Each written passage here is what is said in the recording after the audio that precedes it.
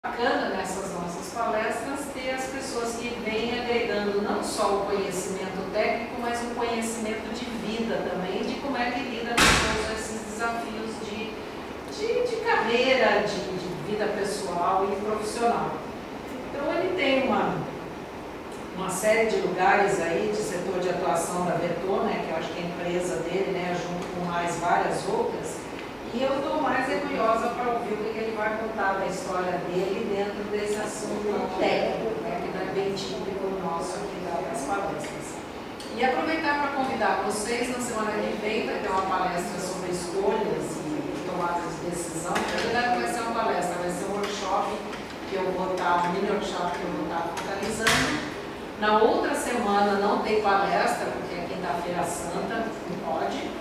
E na semana seguinte, a gente ainda está para confirmar, talvez venha o professor Tanaka falar sobre o Da Vinci, que também é uma experiência super rica, né, que é um engenheiro, artista, tecnólogo, visionário, mas esse ainda falta confirmar, né? Vocês, né, frequentando o nosso site, tem lá sempre a agenda na programação. Então hoje eu passo a palavra agradecendo muito a iniciativa, agradeço a Fernanda por ter mandado a divulgação desse processo todo. Agradecer a sua presença aqui e vai aqui. Muito obrigado. Eu que agradeço a oportunidade. Agradeço a presença de vocês também. Como a Elodie disse, meu nome é Paulo Wilson. Eu sou um dos donos da empresa, corretor. Trabalho já com todo esse tratamento há muito tempo. Eu costumo fazer mais palestras eminentemente técnicas, né, do que uma palestra como eu estou pretendendo fazer hoje aqui, a pedido da Elaine, né, de falar mais da minha carreira, né, do porquê de ter desenvolvido o gerenciamento, porque ter gostado de engenharia e tudo mais. Né. Então a gente vai falar também de gerenciamento, mas nesse meio do caminho aí vou tentar falar um pouco da minha vida profissional para vocês. Vamos começar então falando aqui sobre o início das torres de resfriamento de água no mundo e também no Brasil. Né? Então a história começa lá em 1984. Esse senhor ali, o seu Balk, fundou a empresa Balk, que é uma empresa que existe até hoje, né? Uma empresa alemã, e se começou a fazer as torres de resfriamento que eles chamavam de chaminé, que eram umas estruturas onde se jogava água lá de cima e o ar passava no sentido contrário, né? Para poder atender às necessidades das indústrias, né, que precisavam de água para resfriar as máquinas. Em 1904, já tinha mais ou menos 1.400 torres desse tipo chaminé. Né? Então era praticamente uma torre mesmo. Né? Às vezes o pessoal fala, você trabalha com torre de resfriamento, mas o que é? Parece, sabe aqueles negócios de botar energia, essas torres de energia elétrica? Né? Porque é um nome meio estranho, né? O americano chama Tower. Então eram estruturas até sofisticadas, né? Um design bem interessante aí. Em 1921 já existia, né, uma torre de tiragem natural de ar, com uma termoelétrica, 43 mil metros de água por hora.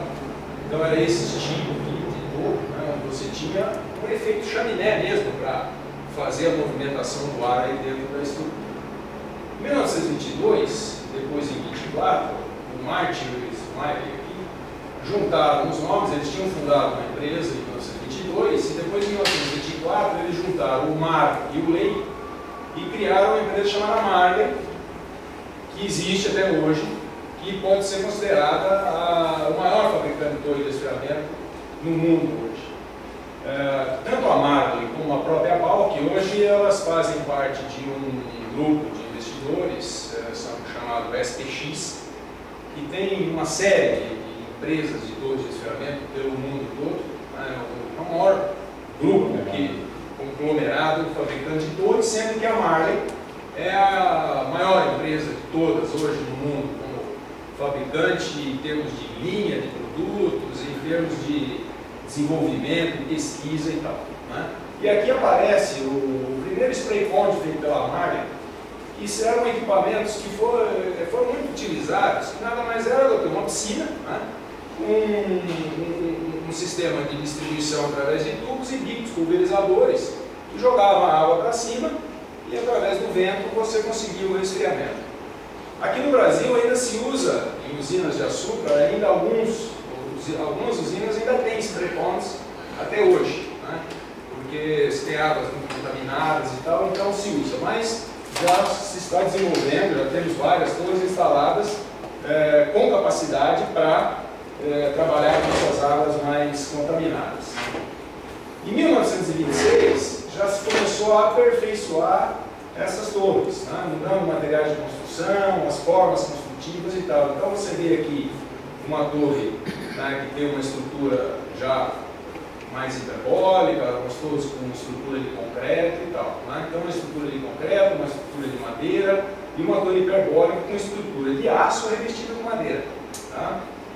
Em 1929 já começa a surgir umas torres mais compactas, digamos assim, porém ainda de tiragem atmosférica do ar. Nada mais era do que um compartimento que deixava a água confinada em determinado espaço e também se usava o fluxo natural do ar para o resfriamento. Em 1930, é produzida nos Estados Unidos a primeira torre com tiragem mecânica do ar.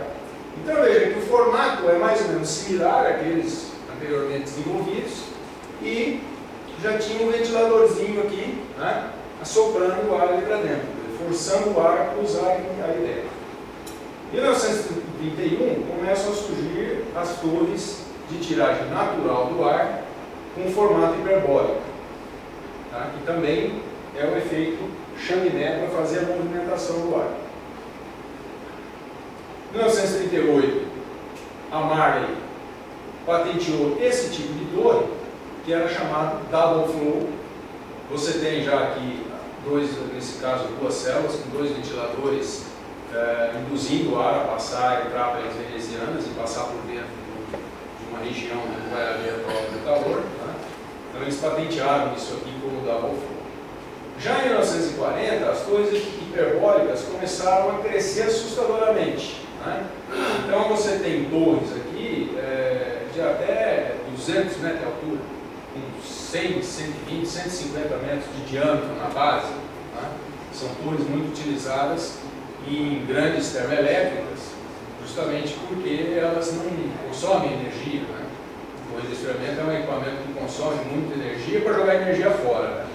Então, as torres hiperbólicas, elas são viáveis nessas grandes termoelétricas, para grandes vazões e tal, apesar de ser um tipo de equipamento extremamente caro, né? Construção muito cara. Aqui é um fato curioso, né? Em 1943, a Marley ela foi premiada, digamos assim, por ter fornecido a torre de resfriamento lá do projeto Manhattan, que foi o desenvolvimento da bomba atômica, né? A Marley foi quem forneceu a torre de resfriamento lá. Aqui nós temos, em 1950, a Marley também patenteando lá a torre single flow, né? A primeira foi a double flow, depois eles desenvolveram a single flow, que era, vamos dizer, metade da primeira, né? Um lado só do resfriamento. No Brasil, a história começa em 1951. A Alpina, que é o nosso maior concorrente, ela lança as primeiras torres de madeira aqui no Brasil. Um outro marco aqui no desenvolvimento das torres de resfriamento, em 1955, o Karl Munters, ele começou a desenvolver os enchimentos chamados enchimentos tipo filme, tá? Onde você não tem a água sendo respingada de um elemento para outro para criar gotículas, né? Você tem os filmes, folhas termoformadas, onduladas, inicialmente até isso era feito de papelão impregnado, né? Então você faz aqueles blocos, parece uma colmeia, o pessoal costuma dizer, não é um enchimento tipo colmeia, que é a parte interna onde você faz a coluna de calor. Ele desenvolveu isso, e isso foi, na verdade, uma revolução, tá? Nas torres de resfriamento, principalmente nas torres tipo contracorrente. A gente vai falar dos tipos de torre depois, mas o fluxo de água no sentido vertical para baixo e o ar no sentido vertical para cima, tá? Que é o tipo contracorrente. Criou-se aqui, então, um vislumbramento assim, de um desenvolvimento espetacular na tecnologia de dimensionamento das torres e redução de tamanho e tudo mais. Em 1957, a Alpina nasceu em 51, a Garcia e Bassi nasceu em 1957. A Alpina ela tinha a tecnologia da Balken, alemã, e a Garcia e Bassi tinha a tecnologia da Lily Hoffman nos Estados Unidos. Eram dois grandes fabricantes de torres de resfriamento da época. Depois a gente vai falar um pouco mais sobre elas. Em 1958, apareceu esse modelo de torre aqui, né, chamado Underfloor, que tinha o ventilador aqui na parte de baixo e não na parte de cima. Esse é um projeto que ainda existe nos Estados Unidos hoje, uma empresa que fabrica torres com esse sistema, mas é um negócio, um projeto que não foi muito adiante, tem alguns inconvenientes isso. Em 1960, começam a aparecer já as torres multicelulares de grande porte, tá? Que são torres com uma série grande de ventiladores, né? Estruturas de madeira, estruturas de concreto. Em 1964, as torres de madeira são produzidas em série, tá? E as torres para serem montadas no campo. Em 1968, nos Estados Unidos se começa a usar largamente já o revestimento do filme plástico de PVC. E em 1970 aparecem as primeiras torres fabricadas em fibra de vidro, com ventilação mecânica, né? Ventilador e contracorrente, né? O ar entra aqui e a água aqui, o sistema contracorrente. Então, em 1970 começaram as primeiras torres em fibra de vidro no Brasil.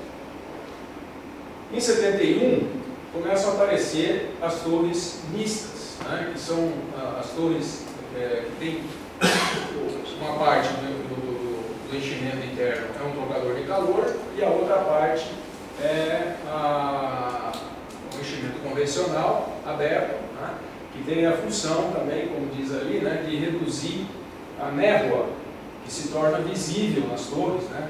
Talvez as pessoas tenham já visto aqui, né, as torres, o pessoal fala que está soltando fumaça. Talvez alguém lembre aqui, né, quando tinha aquele problema lá em Cubatão, né, de poluição e tal, a primeira coisa que a Rede Globo fazia era na porta da RTDC pegar a torre desse que tem na porta e filmar, olha lá a poluição, né? Tem nada a ver com poluição, né? Aquilo é vapor de água, é limpo, né? A água evaporou, não tem nem sólido junto, né? Isso que é fumaça as torres. Então as torres, quando você tem, aqui você está vendo, ó, tem uma torrinha lá no fundo, lá com um vaporzinho ali, o que acontece? Você tem a água que está contida no ar de descarga, a umidade ali é 100%. Tá? Então quando você tem um dia muito frio e que a umidade do ar já é bastante alta, a dissipação é muito difícil. Tá? Então você visualiza aquela névoa. Então eu tenho lá dispositivos, né, que você faz uma parte do enchimento, que é o trocador de calor, onde você não tem absorção de umidade pelo ar, e a outra parte úmida, e com isso você consegue misturar esse ar seco com ar úmido e minimiza a formação de névoa. Né? Em 72 é construída a maior torre hiperbólica tipo seca do mundo. Então essa torre aqui ela é totalmente seca, ou seja, aqui na parte inferior ela não tem um enchimento aberto, você tem a chuva de água encontrando com o ar. É simplesmente um feixe de tubos. Aqui no Brasil existe uma única torre, mais ou menos desse porte, não é tão grande assim, lá na termoelétrica de Candiota, próximo de Bagé, que é um lugar muito seco, não tem água. Ela foi construída na segunda fase da termoelétrica uma torre dessa, que era com feixe de trocador, tubo aletado e tal. Na primeira fase dessa usina, era uma torre convencional. Depois eles fizeram a hiperbólica. Agora eles estão pensando em fazer a terceira fase dessa usina e vão voltar para a torre convencional úmida, por conta do custo de uma obra dessa, né? De uma torre bastante grande. Essa torre seca ela funciona como se fosse um air cooler? Funciona como se fosse um air cooler, praticamente como se fosse um air cooler. Né? Quer dizer, o formato é diferente, o tamanho é outro, né? Mas é basicamente um air cooler, como se fosse um air cooler. Em 1973 tem um marco aqui, né? Maior hélice para torre de fermento de água, com 26 metros de diâmetros. Em 75, eu construí a primeira torre multifã, chamada multifã, mas com a característica principal ela ser uma torre circular, que é um projeto no desenvolvimento da Marley também. A grande vantagem desse sistema é você não ter a influência do vento de forma diferenciada, em função da incidência do vento na estrutura. Se você tem uma estrutura retangular, né, ou quadrada, à medida que o vento vira, você tem problemas de recirculação do ar quente, que está sendo descarregado na atmosfera, volta para dentro da torre e tal.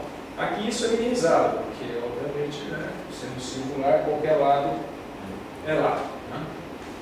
Aí em 1977, a Versibassi lança uma linha de hélices. A Versibassi fabricava torres de madeira e de concreto. Né? E ela lança então uma linha de hélices de 600 milímetros até 10 metros em dois tipos de partes, de alumínio fundido e de alumínio extrudado. E em 78 ela lança a linha dela de torrinha de fibra de vidro, chamada GD Flex. Isso aqui é uma foto do catálogo da Versibassi que foi resgatado, guardado. Depois vocês vão entender por que eu consegui isso aí. Em 80 é construída uma torre mista seca úmida. Aqui eu vou pedir uma desculpa, na verdade essa foto aqui não é exatamente uma torre seca e úmida. A torre seca e úmida tem um feixe trocador de calor aqui na parte superior. A foto ficou errada. Na verdade você tem um feixe trocador de calor na parte superior e na parte de baixo a seção úmida. Então você passa uma parte pelo trocador e a outra parte pelo trocador, pela parte úmida, que é o enchimento da torre. Né? E já em 1982, as torres tipo contracorrente começam a tomar conta do mercado em detrimento das torres tipo próximo.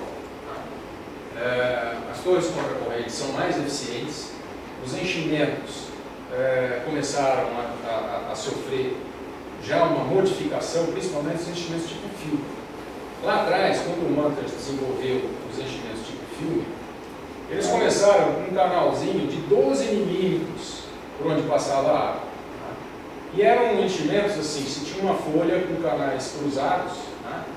E isso foi uma evolução, porque a taxa de transferência de calor era mais de 220, 240 metros quadrados por metro cúbico de enchimento. Depois você tinha os canais mais abertos, 19, 25 milímetros, que aí as taxas iam caindo, mas eram extremamente altas, comparado com os enchimentos antigos, que eram riquinhas de madeira e tudo mais. E durante esse tempo, né, desse desenvolvimento, as torres diminuíam muito de tamanho, eram super eficientes, mas começou-se a descobrir que o custo que você tinha para tratar a água, para que as torres pudessem operar eficientemente, sem contaminação, sem entupimento, era tão alto, né, que não compensava. Então se começou a desenvolver enchimentos de canais verticais, com outras configurações, enchimentos chamados offset, que são enchimentos em concha, né, onde você tem uma mudança de direção, tanto no fluxo da água quanto do ar, mas sempre no sentido vertical. E os enchimentos tipo vertical puro, que é um canal vertical mesmo. Né? Então, hoje em dia, já existe uma filosofia diferente, né, para não se usar tanto esses enchimentos muito fechados, de canais cruzados, etc., e usar os enchimentos de canais verticais para você conseguir ter um equilíbrio entre o custo da torre, o tratamento da água e tudo mais. Então aí, as torres contracorrente, elas começaram a se desenvolver muito.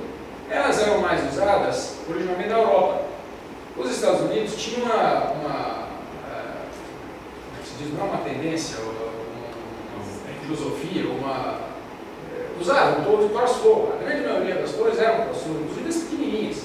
As torrinhas para ar-condicionado, munditas, eram todas crossflow. E o americano era meio contrário à contra-corrente, counterflow. Hoje, a grande maioria das torres é contra-corrente, até nos Estados Unidos. Já em 1982 acontece aqui a fusão da Garcia e Bassa para a Gema, que foram compradas pela Kepler Weber, e tinha uma linha de torres de fibra de vidro chegando aí por volta de 60, 62 metros quadrados.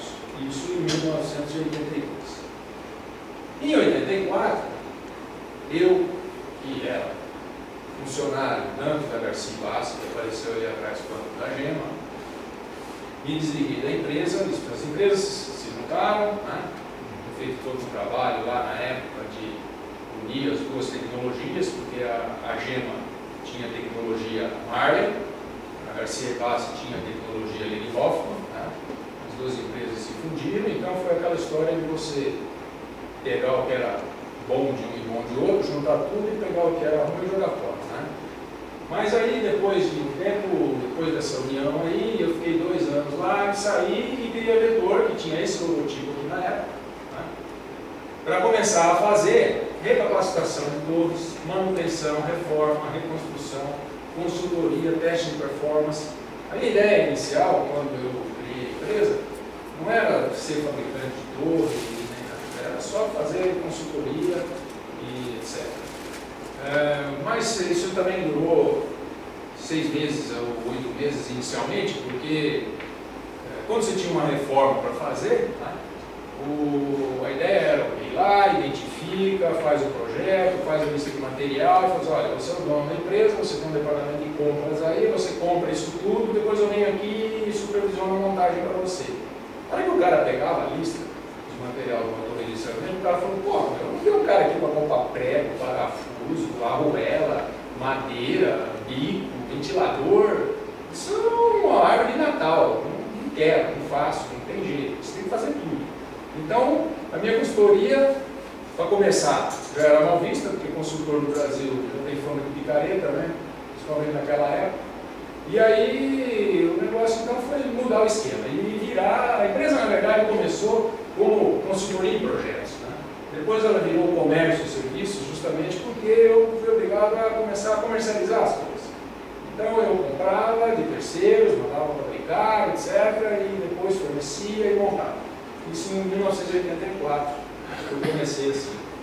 Em 1990, aparece na Europa lá, a primeira torre circular com tiragem mista de ar, que seria a sucção em cima, e ventiladores em toda a parte lateral inferior, forçando o ar para passar por dentro da torre, que seria algo mais ou menos como essa.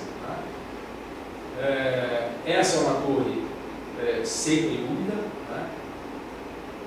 E em 1998, nós éramos, como eu disse, só comercializante de teste.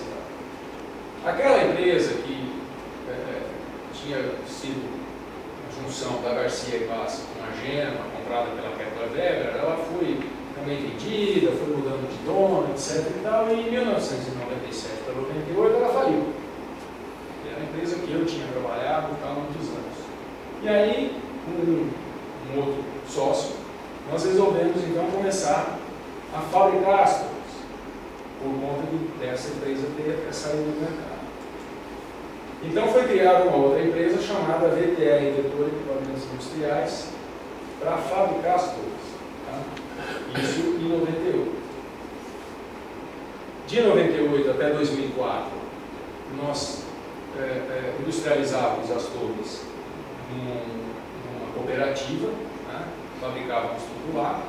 E depois, em 2004, foi adquirido um terreno em Careúva e foi montada a fábrica lá. Essa é uma foto da fábrica hoje. Ela começou num terreno que era metade aqui, 10 mil metros quadrados, 5 mil metros de área construída. Depois ela cresceu, hoje a gente já está aí com 20 mil, e esses galpões teriam uns 10 mil metros. Em 2005, nós lançamos uma novidade no mercado de torre de direcionamento de água, que é a fabricação de peças em fibra de vidro por esse processo chamado Clean Light, que é o Resin Transfer Molding Light. Consiste num molde duplo, onde você coloca internamente as mantas de fibra de vidro, sela isso com uma câmara de vácuo ao redor de todo o molde, e depois você fazendo vácuo no centro do molde e injetando a resina na periferia, você preenche esse molde com a resina a uma cura acelerada. Quando você desmolda isso, você tem a peça pronta, lisa dos dois lados e tudo mais. Foi um desenvolvimento para a torre de direcionamento que nasceu lá na Vetor, e um processo de fabricação que foi desenvolvido inicialmente pela Marco Polo para fazer peças para ônibus, né? A parte frontal, tetos, etc. E eles que começaram a desenvolver esse sistema de fabricação, que é muito interessante. Em 2006, nós fornecemos, quando projetamos e fornecemos essa torre de resfriamento, que é uma torre contracorrente com 10 células para 27.100 metros cúbicos de água por hora, que é a primeira torre do Brasil para resfriar a água do mar. Água salgada, que é usada na coqueria da CST, lá em Vitória, no Espírito Santo. E a primeira grande torre para resfriamento de água salgada do Brasil. Existem outras fora do Brasil, mas essa é a primeira grande torre feita aqui. Em 2007, nós fizemos a primeira grande torre com 256 metros quadrados cada célula, para uma vazão total de 30 mil metros cúbicos de água por hora, construída com uma estrutura de perfil de fibra de vidro pultrudado. Processo de pultrusão, não sei se vocês conhecem aí ou não, se quiser depois a gente pode falar sobre ele.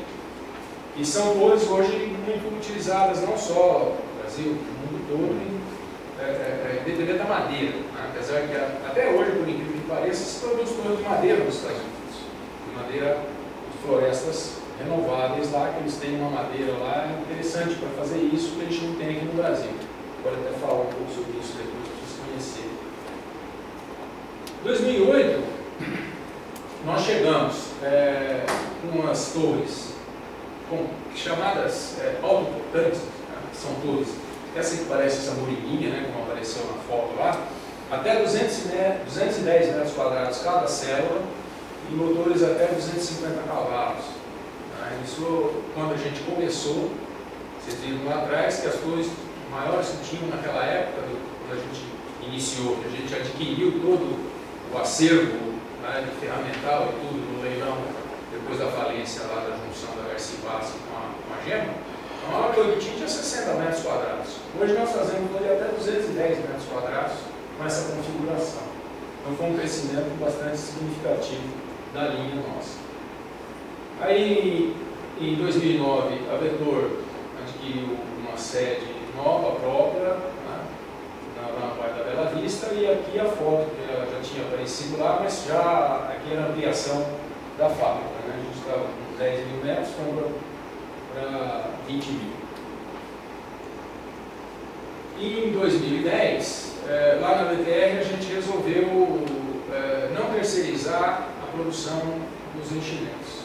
Então hoje nós temos lá 5 extrusoras, onde todos os perfis para enchimento, eliminador de gotas e tubos, porque a gente tem todo o sistema de distribuição de água dentro das torres, a gente fabrica lá.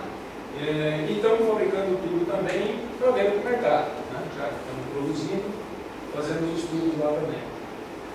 E em 2012 aqui é que a gente fez a mudança do tipo, empresa, da parte da empresa de serviços, a Vetor Comércio e Serviços faz toda a parte de serviço de campo e a montagem de todas as torres que são fabricadas lá pela VTR Vetor. Muito bom. Aqui então, para vocês entenderem a coisa mais ou menos no Brasil, onde nasceu, a gente tinha então, na década de 50 para frente, a coisa começou com a Alpina Equipamentos. Em 57 nasceu a Garcia e Bassi. Depois existia a Gema, E aqui a única coisa que eu consegui resgatar, não sei se dá para ler ali, ó, Ar Industrial Equipamentos Limitada. Essa empresa tinha a tecnologia da Foster Wheeler, inglesa. Então, naquela época, quando eu comecei a trabalhar com resfriamento, só existiam esses 4 fabricantes de tudo. E eu fui o primeiro a sair e montar a minha empresa, em 84. E depois foram surgindo outras. Hoje nós temos várias empresas aí, inclusive algumas que vieram de fora, né? E outras pessoas saíram e montaram as suas empresas também. Então nós temos empresas de pequeno, médio, maior porte e tudo mais. Mas nessa época aqui eram apenas essas 4 empresas. Essas duas acabaram se juntando por um tempo, né?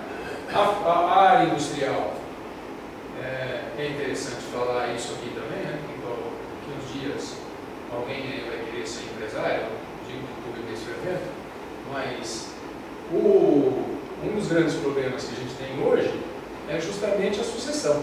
Né? O dono da área industrial, o Stefan, ele era engenheiro e tinha 2 filhos, um homem que era engenheiro e uma mulher que era advogada. O engenheiro gostava só de andar de barco, não queria saber de porcaria nenhuma. E a menina, obviamente, não ia cuidar da empresa. Ele teve um câncer fulminante e faleceu. E o cara não deu nem as caras, né? A menina foi obrigada a assumir lá o negócio. Nós, na época, estávamos na Garcia Bassi, terminamos várias obras da área industrial, porque ela simplesmente foi lá e encerrou a empresa. Eu já estou com 60 anos de idade, estou querendo arrumar um jeito de me aposentar. E esse moleque aí, ó, é meu filho, ele é engenheiro civil, e ele cuida da empresa de serviços aqui em São Paulo. Então eu consegui ter 2 filhos engenheiros, né? O mais novo é engenheiro químico, trabalha comigo, e tem uma menina que também é de outra área, mas ele tem a ideia de continuar com a empresa. Né? Então, para quem vai ter um negócio, é uma coisa que já tem que se pensar desde cedo, né? Porque a sucessão é sempre um problema. E aqui o que aconteceu? Né? A Garcia Bassi acabou se juntando com a Gema, porque o dono da Garcia Bassi, apesar de ter um filho homem, se interessou muito em cuidar da empresa. Nós vamos saber mais ou menos a história dessas empresas. Então, a coisa começou aqui. De todas dessas 4 torres, dessas 4 fabricantes de torres, a única que existe no mercado até hoje é a Alpina, né? Que foi uma empresa que se diversificou muito. Né? Hoje, torre de resfriamento no rol de atividades e até de rendimentos, né, de faturamento da Alpina, eu acredito que representa em torno de 20, 25% do faturamento da Alpina hoje. Então não é o foco principal da Alpina fazer torre de resfriamento. Tá? Elane, você vai controlando o horário aí? Já estamos com quanto aqui? Com 20 minutos, mais ou menos? Vamos dar uma agilizada. Bom, aqui eu vou falar um pouco agora, a gente já falou, né, das torres, da história e tal, falar um pouco sobre o interesse por engenharia da minha parte e por que o interesse por torres de resfriamento de água. Então a coisa começa aqui. Esse sujeito aqui é meu pai, que já faleceu há algum tempo. Esse aqui era um tio avô meu. O meu pai, ele era tenente da aeronáutica e ele servia lá tinha servido em Natal, na época da guerra e tal, mas ele servia lá em Guaratinguetá na escola de especialistas da aeronáutica e era instrutor de motores. Então era um camarada que tinha uma noção assim, de coisas mecânicas e de carpintaria, engenharia civil, de construção, impressionante. Ele não tinha nível superior, fez curso técnico, virou instrutor de motores, ele tinha uma habilidade manual muito grande. Então, ele saiu da aeronáutica e foi lá para o interior do estado de São Paulo cuidar de uma propriedade rural, virou pecuarista, né, que era uma propriedade da família, e ele foi lá cuidar dessa propriedade. Então eu convivi, apesar de ter convivido com ele até os 18 anos só, né, depois eu vim para São Paulo estudar, nesse tempo todo eu tive a oportunidade de aprender muita coisa com ele e tomar gosto por essas coisas de construção. Né? Ele me dava com mapa de fazenda, e teodolito, e mexia com os veículos lá na fazenda, construía a casa, e curral, etc. Tinha uma habilidade manual muito grande, estava sempre junto com ele, mas pegava gosto por esse negócio. E depois, esse jipinho aqui, né, foi outra paixão. Eu comecei a aprender a dirigir esse troço com meu pai quando eu tinha 8 anos de idade. Né?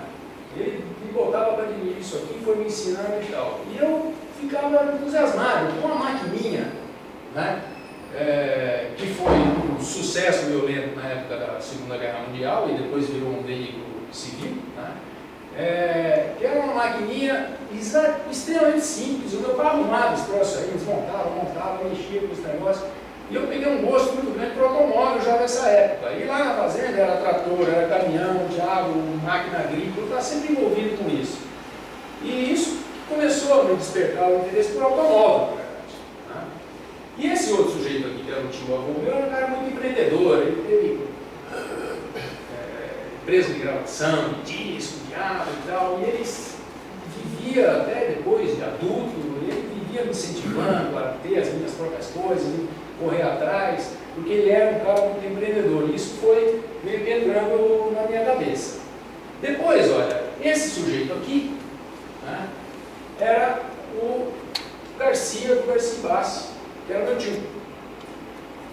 E também teve uma importância muito grande na minha vida. Por quê? Porque eu, quando vim para São Paulo estudar engenharia, eu já tinha na minha cabeça que eu queria ser engenheiro desde aquela época. Em 1960, 60 e pouco, meu pai resolveu mudar da fazenda para a cidade. E resolveu construir uma casa. E esse foi outro negócio que me entusiasmou com a engenharia. Porque eu me lembro que eu era moleque ainda, a casa ficou pronta em 1962, eu tinha 10 anos de idade. A gente ia numa cidade vizinha, né, num escritório de arquitetura, e o camarada abria aquelas plantas lá na mesa, então eu achava aquilo a coisa mais linda, né? Fiquei apaixonado pelo troço. Né? Então eu inicialmente queria ser arquiteto. Né? Depois a coisa foi mudando e eu gostava de automóvel para burro e tal. E quando eu vim para São Paulo estudar engenharia, esse cara, já quando eu entrei na escola, ele dizia, pô, você precisa vir trabalhar comigo. Você tem que vir trabalhar na empresa, o meu filho, meu primo, é muito novo ainda, eu preciso de alguém da família aqui na empresa, não sei o que lá e tal. E eu nessa época estava estudando na FEI, fazendo engenharia, ia fazer engenharia automobilística. Né? E ele dizia, pô, você vai ser engenheiro automobilístico? Pô, tem 4 fábricas de automóvel no Brasil. Vai ser difícil de arrumar emprego. Tem que trabalhar aqui, você tem um emprego garantido. Né? E aí é aquela história, né? Mais vale uma aeromoça na mão do que 2 voando. Né? E eu já entrei na escola em 1971, já no meio do ano, né? Entrei na escola no meio do ano. No começo do ano, fiz meio ano de cursinho, entrei na escola, e aí já fui trabalhar com ele, já desde 1971 comecei a trabalhar, no primeiro ano de faculdade. E aí, olha, só para vocês verem aqui rapidamente uma curiosidade, como esse veículozinho é uma coisa impressionante. Ele era usado para arar a terra, era usado para cultivar a terra, era usado para colher, puxar a carreta. Mas o diabo com esse troço, não que eu era um moleque, existia lá fazendo um cortador de grama, que era uma máquina que está lá até hoje, super interessante, uns braços assim, um troço cheio de excêntrico. Puxava com esse jipe e um camarada sentado atrás para cortar grama, né, cortar capim e tal. Eu achava que troço máximo. Né? Então era um veículozinho aí que despertou minha atenção. E aí, em função disso, eu até resolvi ter o meu. Né? Esse aqui é o meu jipinho de tanta paixão que eu tive pelos jipinhos da época lá. Então aí o que aconteceu? Eu resolvi ir trabalhar com meu tio na Garcia Bassi. Apesar da pretensão era fazer engenharia automobilística, fui trabalhar lá. Esse desenho aqui é um desenho que eu fiz em 1975, porque eu fui trabalhar como estagiário no departamento de engenharia de torres de madeira e trabalhava em prancheta, na época do Tecnibel foi. Alguém conhece o Tecnibel? Conhece? vocês mais novos, acho que talvez não tenham nem visto, né? Então a gente desenhava isso aqui, é tudo feito à mão. Uma reguinha, caneta nanquim, escrito tudo à mão, não tinha, né? Depois que apareceu o tomógrafo para você escrever, uma araninha que tinha lá e tal. Então eu trabalhei muitos anos aqui, né, nesse departamento, depois acabei me formando. Eu fui estudar engenharia na FEI, com a intenção de fazer engenharia automobilística. Mas aí o que aconteceu? Estava a trabalhar, lá na FEI você tinha uma aula às 7 da manhã, uma meio-dia, outra às 5 da tarde, ficava em São Bernardo do Campo, a fábrica era aqui, perto aqui do Jaguaré, aqui do lado da Colgate. Tinha como você ir lá, voltar aqui, ir lá, voltar aqui. Eu resolvi estudar à noite e fui estudar em Mogi das Cruzes. Tá? Me transferi para lá e acabei me formando lá. E esse é um outro aspecto interessante que eu acho importante para quem está estudando, pensar. Na época da FEI, até por conta desse negócio de ter uma aula às 7, outra meio-dia, outra às 5 da tarde, a gente ia assistir a aula às 7, acabava às 8h30, juntava meia dúzia de amigos, pegava o carro, descia para Santos, já tomava os goró lá, para preparar as meninas, voltava meio-dia para assistir a aula, voltava às 3 da tarde de novo, e era o que você fazia. Ia paquerar na Augusta, né? Não sabia de nada. Estudar ali, eu sinceramente nunca fui. Na época que eu estava no ginásio, eu era um aluno, eu fiz a escola com Vacaria, lá, era só Ganaia e tal. Quando eu mudei lá para o Mogi das Cruzes, eu fui estudar à noite, eu comecei a estudar com gente que era muito mais velho que eu, né? Tinha pouca agilidade, e eram caras que já eram projetistas, desenhistas e trabalhavam em grandes empresas. Eu estudei com um cara que trabalhava na Caterpillar, que trabalhava na Olivetti, na Volkswagen, na General Motors, tenho amigos conhecidos, né? Dessa época, às vezes até falo com alguns. Né? E isso me deu uma bagagem e uma visão totalmente diferente das coisas. Primeiro que eu já estava trabalhando, já tinha convivência na empresa com pessoas, né, que tinham um conhecimento técnico bastante grande. E estudava com pessoas que também tinham uma bagagem grande. E isso me fez virar, não um bom engenheiro, mas um cara generalista. Né? Você começa a entender um pouco de cada coisa. Né? Por conviver com essas pessoas já desde o início na escola. Então as coisas ficam sempre muito mais fáceis. Por isso que eu acho que é muito importante você conseguir fazer estágio. Né?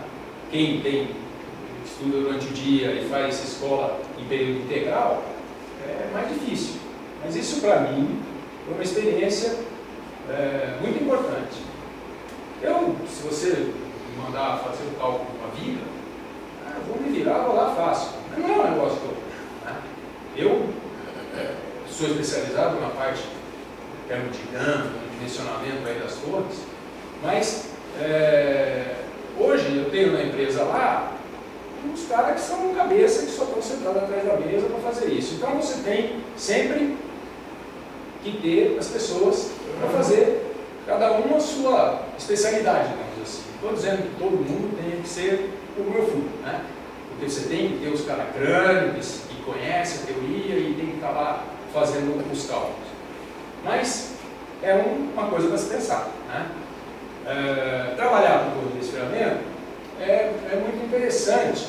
Por quê? Porque, você veja, você tem estrutura de madeira, você tem estrutura de fibra de vidro, você tem estrutura de concreto, você tem equipamento mecânico, você tem hélice, você tem movimentação de ar, você tem redutor de velocidade, você tem motor elétrico, você tem eixo de transmissão, você tem tubulação, você tem a parte elétrica, você tem instrumentação, você tem água, você tem tratamento de água. Então, a torre de resfriamento, eu acabei me apaixonando por esse troço por conta disso. Porque você não é um especialista no negócio. Eu não sou especialista em bomba, eu não sou especialista em hélice, né? Eu não sou especialista em cálculo estrutural, eu entendo um pouco de cada coisa. Então, é um equipamento interessante sobre esse aspecto, né? Porque você tem estrutura de aço, de madeira, fibra de vidro, você tem concreto, você mexe com bomba, você mexe com uma opção de coisa, civil, elétrica, então você acaba sendo meio generalista, né? Então, é um equipamento que tem um pouquinho de cada coisa, por isso que eu acho que ele é bem legal. Né? Bom, já falei bastante de mim aí, vamos falar um pouco agora então do torre de resfriamento, né? Aqui as principais aplicações das torres de resfriamento.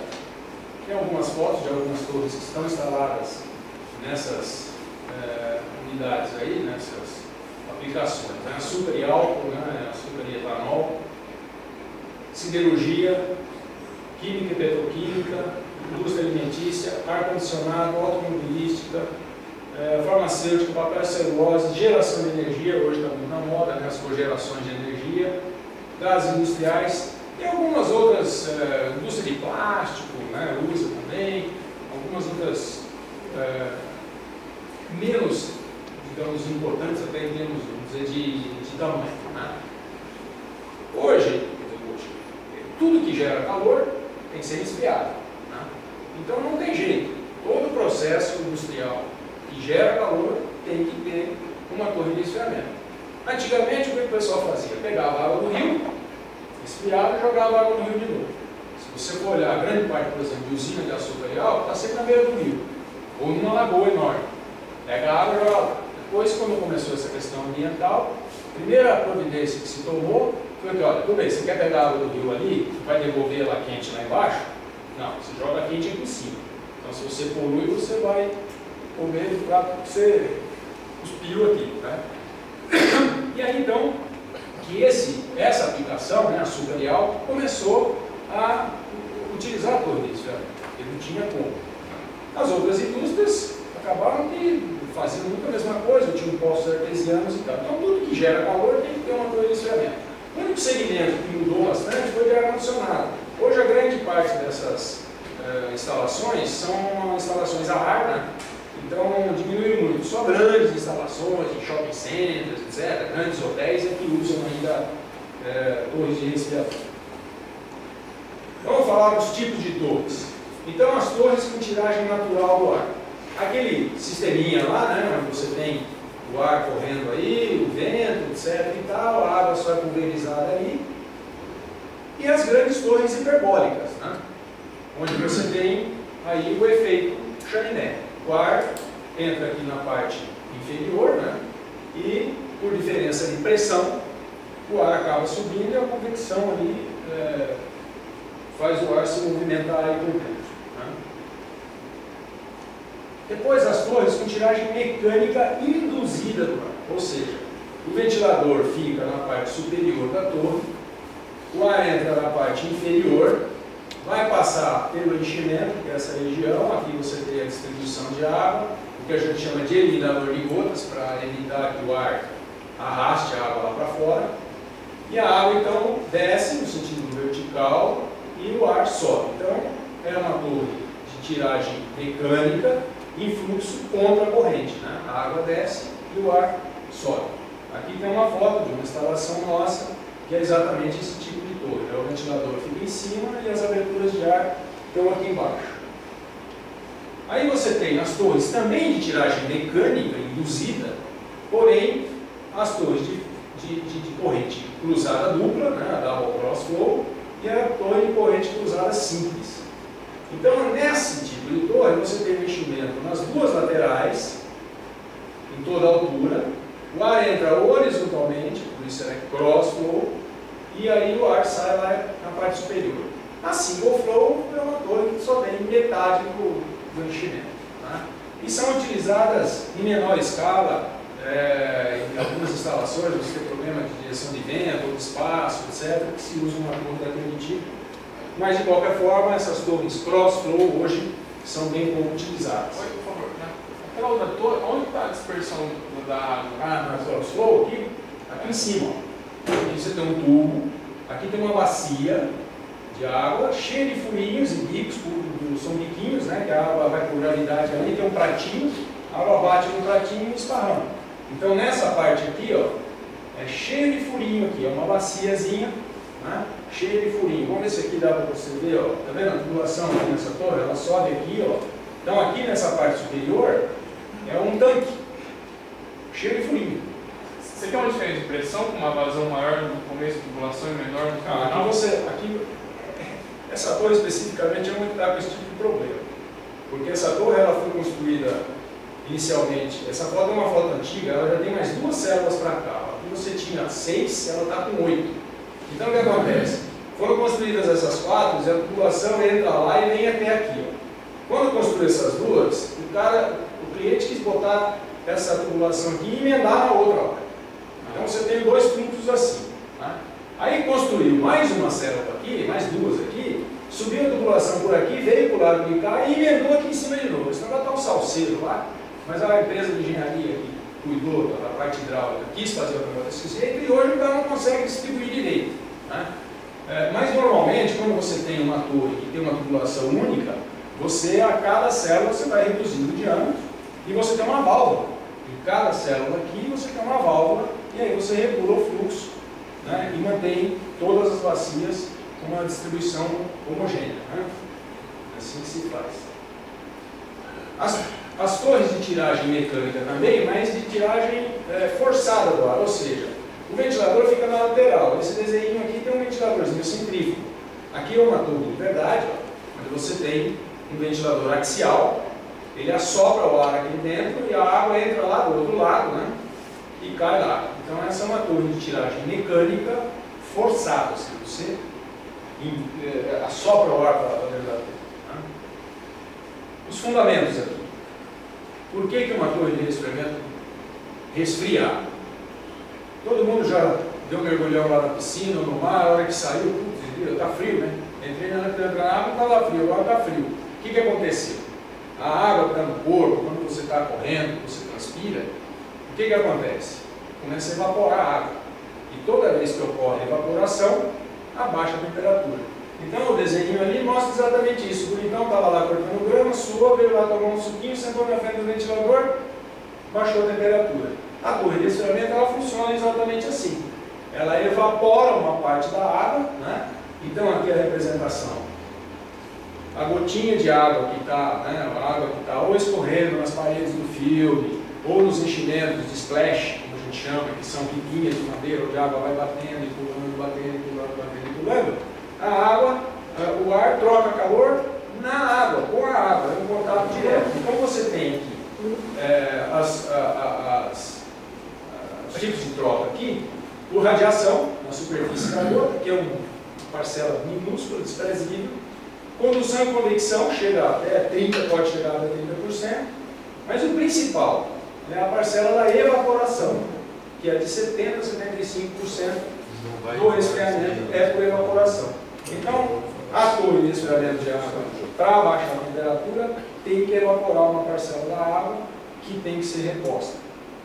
E por conta da qualidade da água da reposição, e por conta de você evaporar uma parte e concentrar tudo que tem na água, os sais, etc., você tem que, de repente, fazer um blow down, ou seja, uma purga, jogar um pouco de água fora, jogar uma água limpa de novo lá dentro e tal.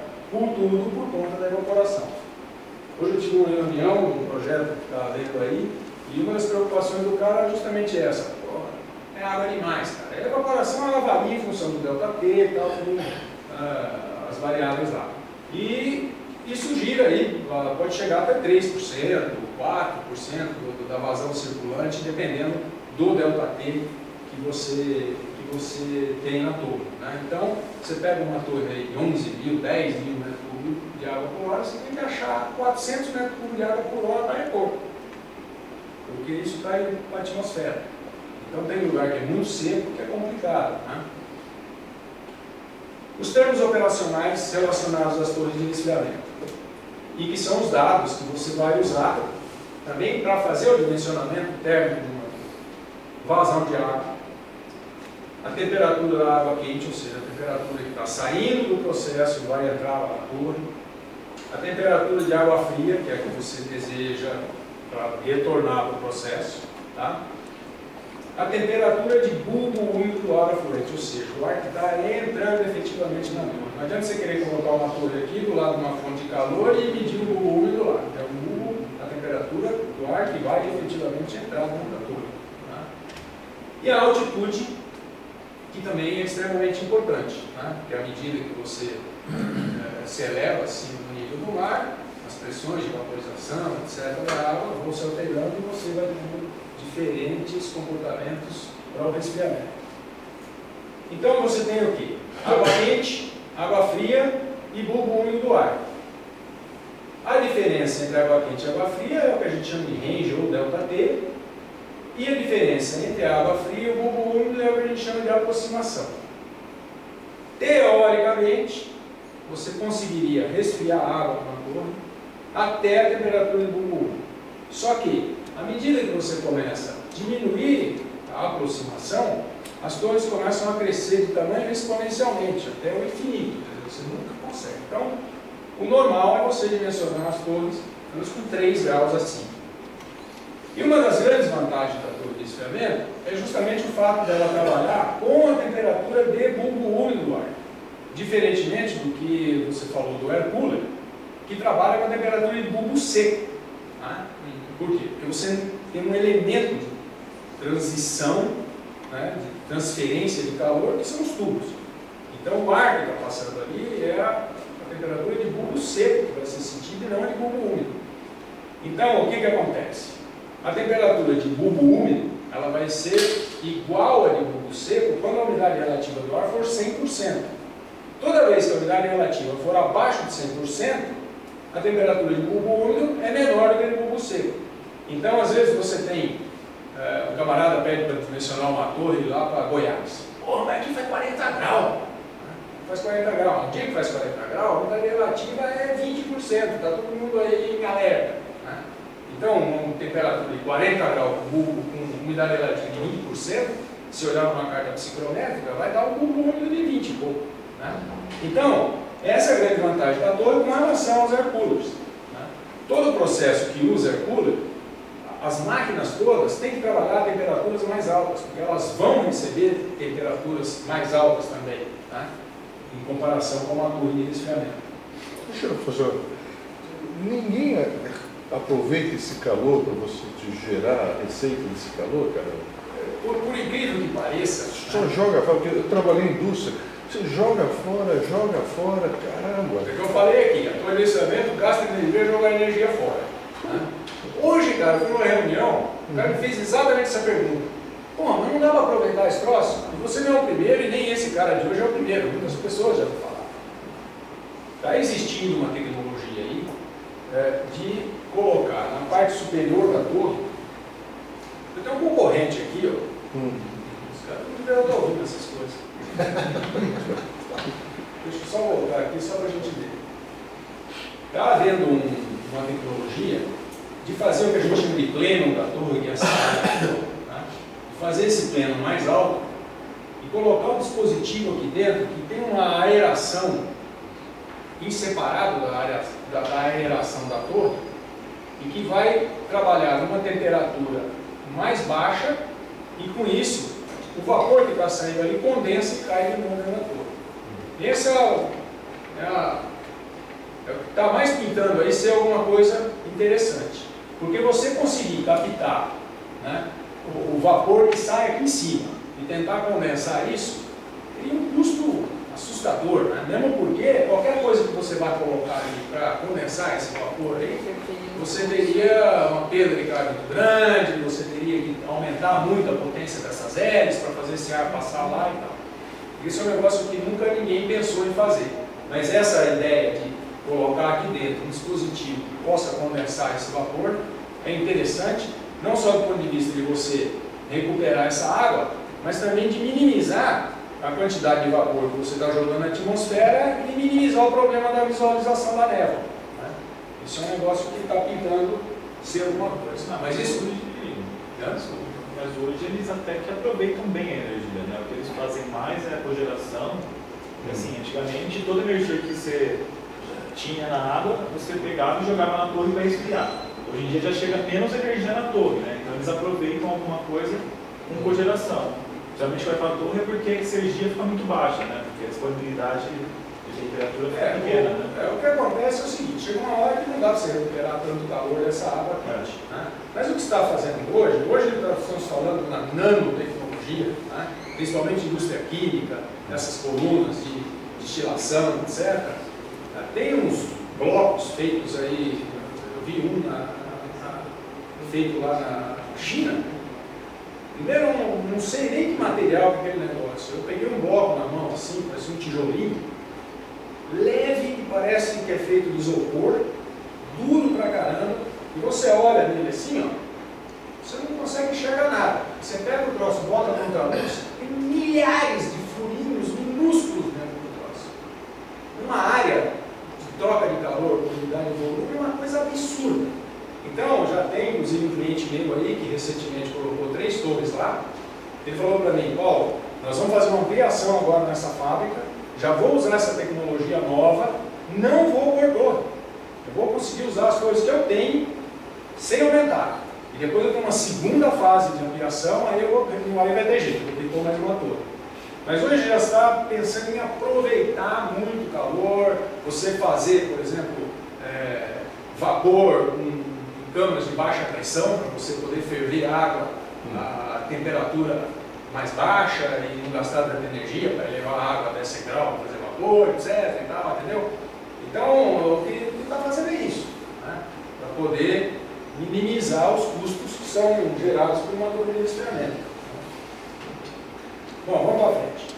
Aqui, olha, a base de tudo do dimensionamento térmico aí da torre de resfriamento é a famosa equação de Merkels aqui, que foi o camarada que desenvolveu essas curvas de aproximação e esses coeficientes relacionados aqui, que a gente chama de M sobre G, que é a massa de líquido e a massa de gás, que é o ar que passa na torre, e o coeficiente global de troca de calor, que é essa integralzinha aqui, tá? Que está relacionando as temperaturas e as entalpias que ocorrem lá dentro da torre, do ar, da água, etc. Existe um método para resolver essa integral que gera essas curvas, que são plotadas para quê? Para uma determinada temperatura de volume, um determinado ΔT e uma determinada altitude. Então isso aqui independe da torre. Isso é só termodinâmica. Você consegue plotar isso aqui com essa teoria do Merkel. E depois você tem o que a gente chama de curva, que é uma reta, que normalmente você é plotado no log-log. A curva característica do enchimento. Aqui está, enchimento Y com a velocidade do ar x, que é uma equaçãozinha desse tipo aqui. Então aqui, essa curva, né, e você tem aqui um determinado, quando você cruza a curva com o approach que você quer, você tem o ponto de projeto para um determinado tipo de enchimento, que já está determinando lá como é que ele é, né? Se ele é de ripa, ou se ele é de cantoneira, ou se ele é um tipo filme e tudo mais. E aqui é o grande mistério de tudo. Por quê? Porque como a torre de resfriamento, você tem um contato direto do ar com a água, não tem como calcular isso. Alguém aqui aprendeu a calcular a torre de resfriamento na escola? Talvez você não tenha nem visto falar em torre de resfriamento, né? Então o que acontece? Não tem como calcular esse coeficiente. É impossível. Por quê? Porque a água está aí dentro da torre e ele está batendo no enchimento, ele está batendo na diagonal, ele está escorrendo pela coluna, o ar está entrando lá e estão se misturando e não tem como calcular este azinho aqui, ó, que é a área onde está havendo a troca de calor, dentro de um determinado volume. Isso só consegue através de teste, ou em laboratório ou de campo. Então essa tecnologia, né, de cada tipo de enchimento, ela é do fabricante da torre ou é de quem pesquisa, né, e não tem outro jeito. Então, qualquer coisa que você mude lá no enchimento, muda essa curva. Então, para citar um exemplo, vamos supor que você tenha uma torre com enchimento de riquinha. Você põe de riquinha lá, né, tudo cheio de camadinha de riquinha lá dentro, passa. Então você tem um determinado volume, e essas riquinhas vão te dar uma determinada área molhada e vai te dar uma área de splash, ou seja, a gotinha bate nela, pula para lá e tal. Então você tem um volume, tem uma área de troca de calor e tem uma área de splash. Se você pegar, isso gerou uma curva ali, num determinado ponto. Se você pegar essa mesma torre, essa mesma quantidade de riquinha, pegar as riquinhas e fizer isso aqui, ó, não está mudando nada, só a posição da rica. Pronto, mudou totalmente a eficiência da torre, porque você mudou uma das coisas principais até nesse tipo de enchimento, que é a área splash. A água bateu aqui, ó, e agora está batendo aqui. Então você tem o mesmo tipo de enchimento lá dentro e a eficiência é totalmente diferente. Então essa curvinha aí é o X da questão, né? E cada um tem a sua tecnologia, cada um sabe onde vai dar a sua curva para aquele enchimento que você vai usar. Obviamente, isso aqui parece tudo simplesinho, tem depois todos os cálculos para você calcular. Porque a teoria experimental pode ser um negócio simples, né? Você tem lá aquela caixinha lá, com umas entradinhas de ar embaixo, coloca um ventiladorzinho lá em cima, beleza. Mas é super complexo. O ar entra com uma determinada temperatura, com uma determinada umidade, passa com uma determinada velocidade nas venezianas de entrada, faz uma curva, sobe, entra frio, e a água também está fria, sai quente, a água também está quente, aumenta de volume, adquire umidade, passa pelo sistema de distribuição, passa na chicana ali do eliminador de gotas, comprime, sai pelo ventilador, né? Então é uma série de coisas que acontecem lá dentro, que você tem que saber exatamente o que é e como fazer para que aquilo possa funcionar uniformemente, né? Então é um negócio que não depende único, exclusivamente dessa curvinha aí, tá? Bom, os principais componentes do motor. Rapidamente, você tem aqui embaixo, essa é uma curvinha compacta, mas as grandes têm todos os mesmos componentes, né?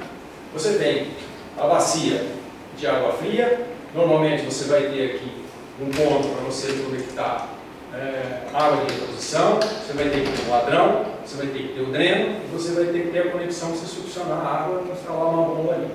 Depois você tem a carcaça toda da torre, aqui você tem as entradas de ar, com venezianas ou não, tem torre que não tem veneziana. Aqui você tem o suporte, você vai colocar o enchimento, que a gente chama, né, que é onde vai haver a troca de calor. Aí você tem a entrada de água lá, um sistema de distribuição, uns bicos pulverizadores. Você tem que molhar essa área toda uniformemente. E em cima do sistema de distribuição você tem o eliminador de gotas, que são umas chicanazinhas, tem vários tipos, a gente vai ver mais para frente, que faz com que o ar mude de direção e a gotinha bata ali naquela lâmina e volte para dentro da torre para não ser arrastado lá para cima.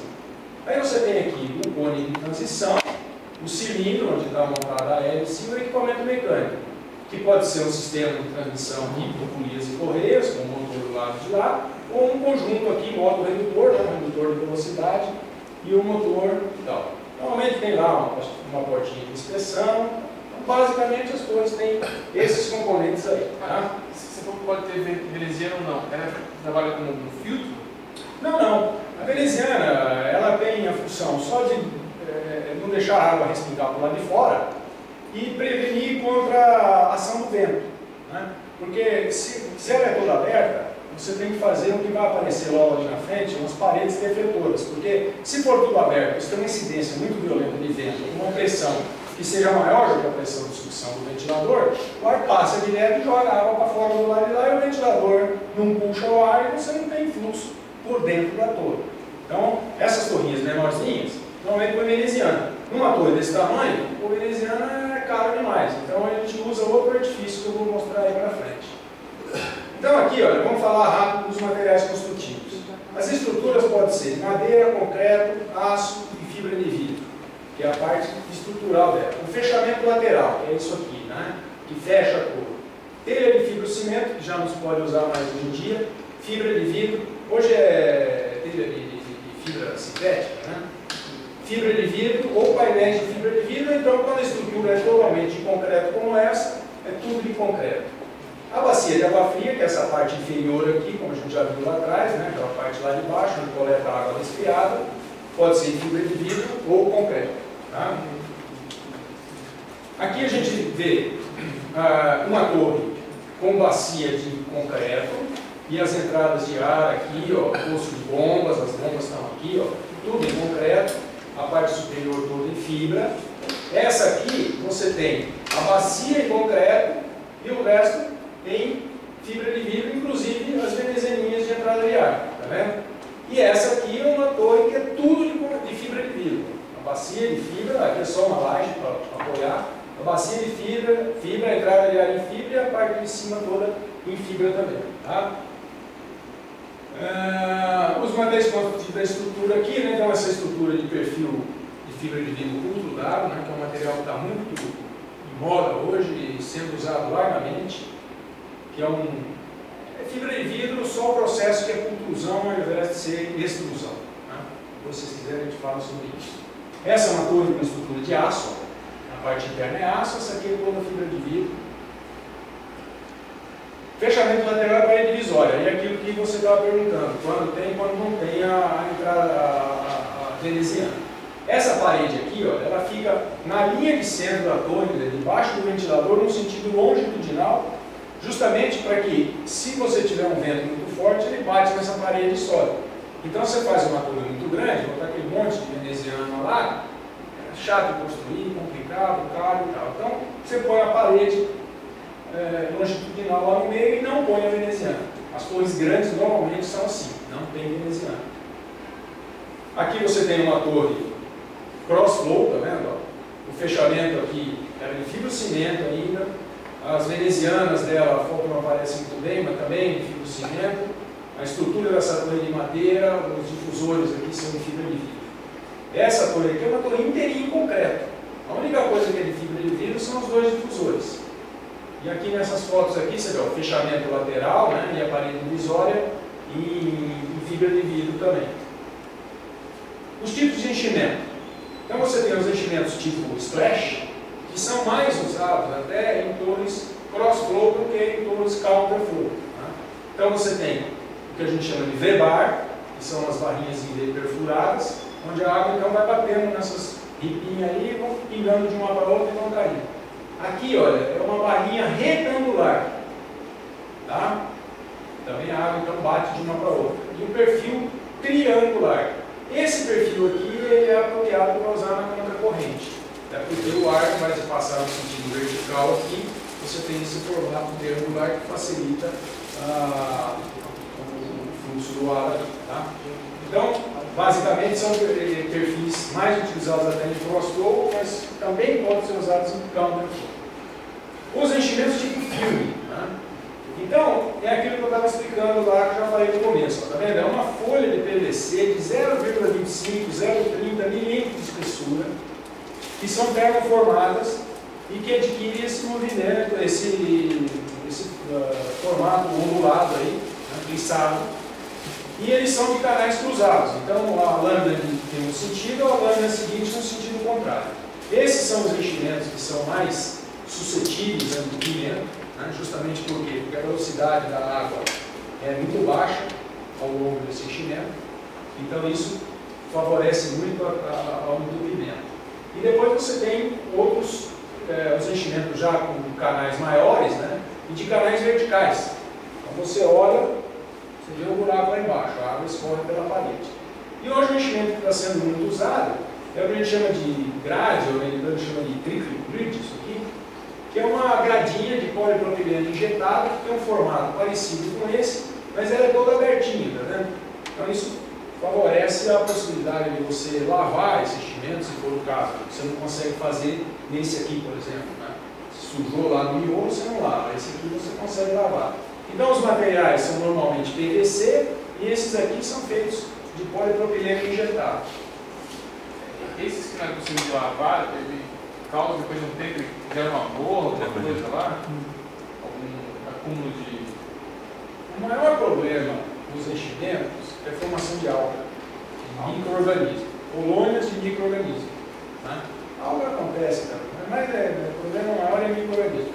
Quais são os tipos de entupimento que você tem? Ou você tem formação de colônias de micro-organismo, ou você tem incrustações, né, por carbonato de cálcio, sílica, os componentes que tem na água. Né?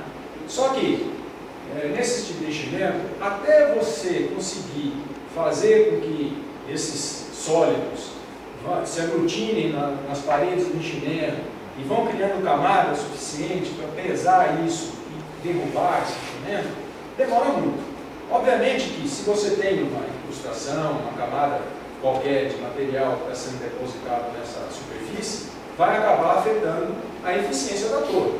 Mas para derrubar o enchimento é difícil. Pra você ter uma ideia, aqueles enchimentos ali, eles pesam uma faixa de 30 a 40 quilos por metro cúbico quando está seco.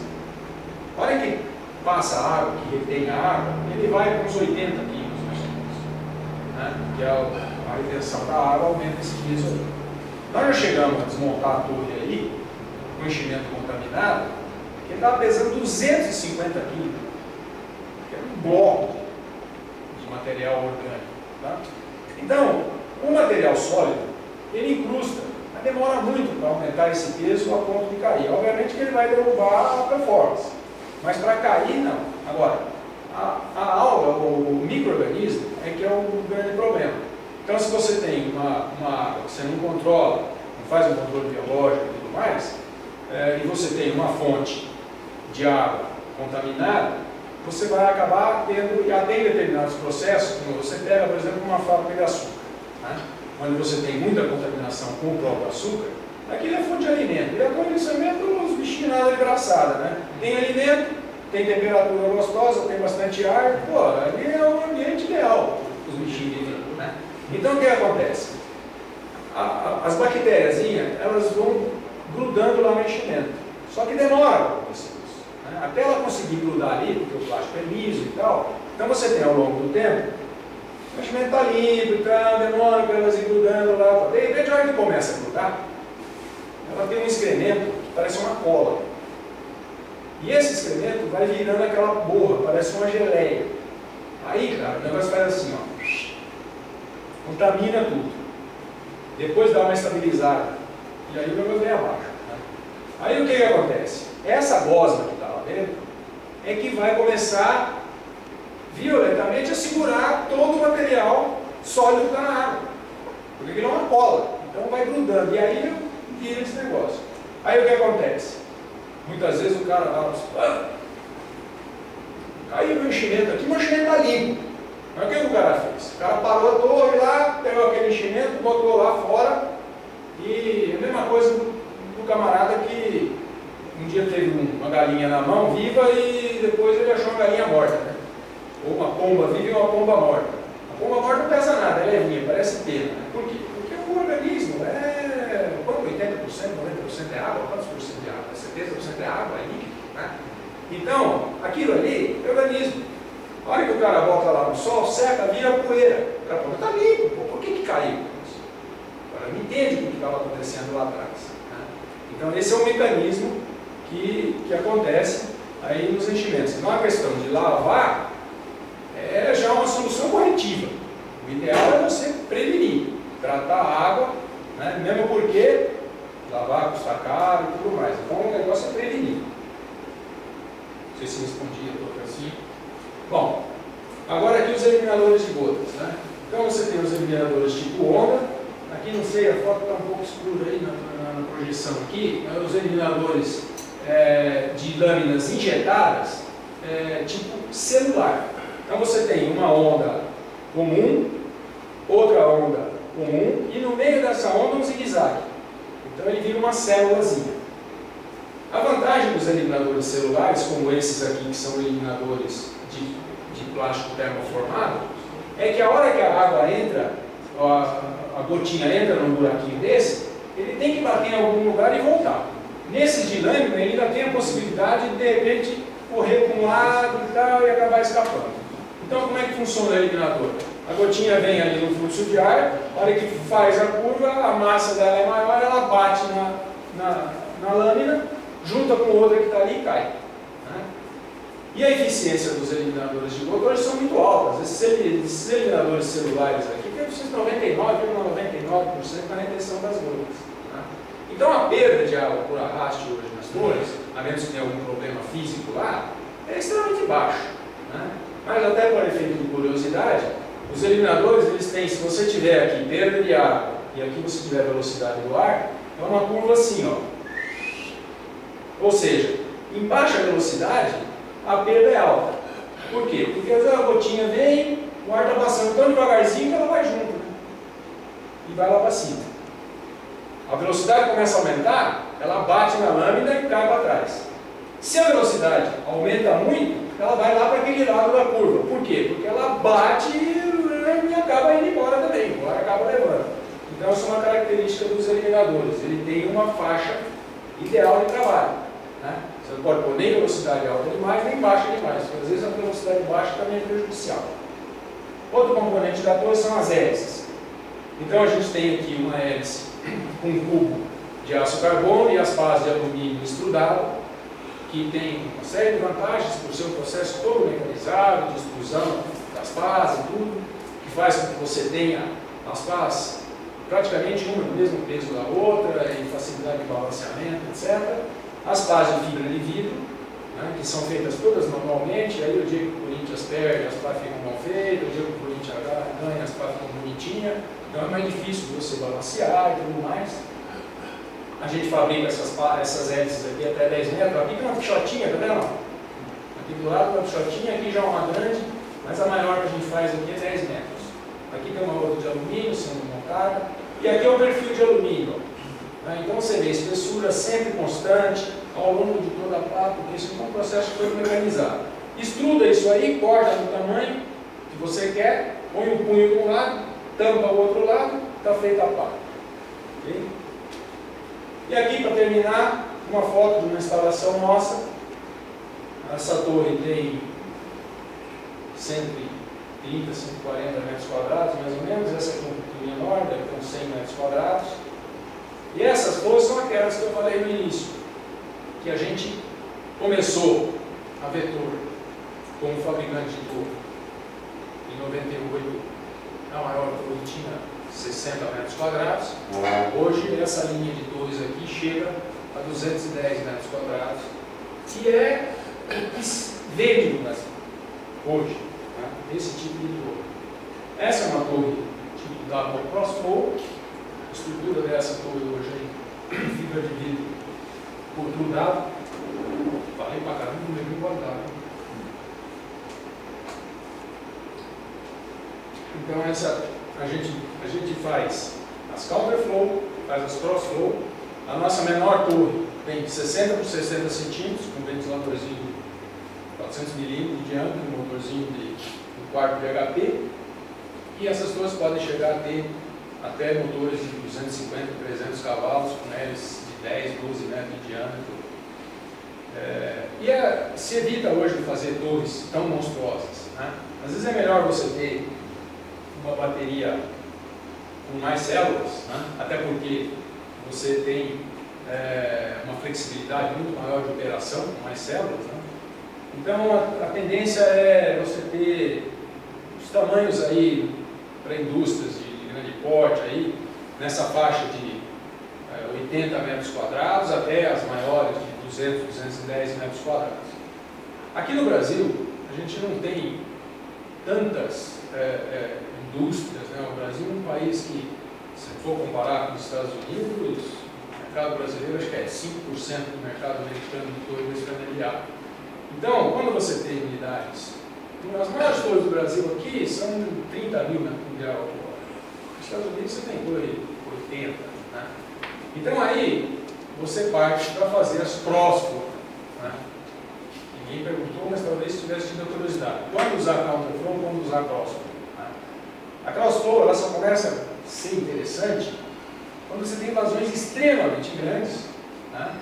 E que essas torres têm o seu limite, que está nessa faixa de até 300 metros quadrados. Por que isso? A torre contra corrente, você não pode ter o enchimento com alturas muito grandes.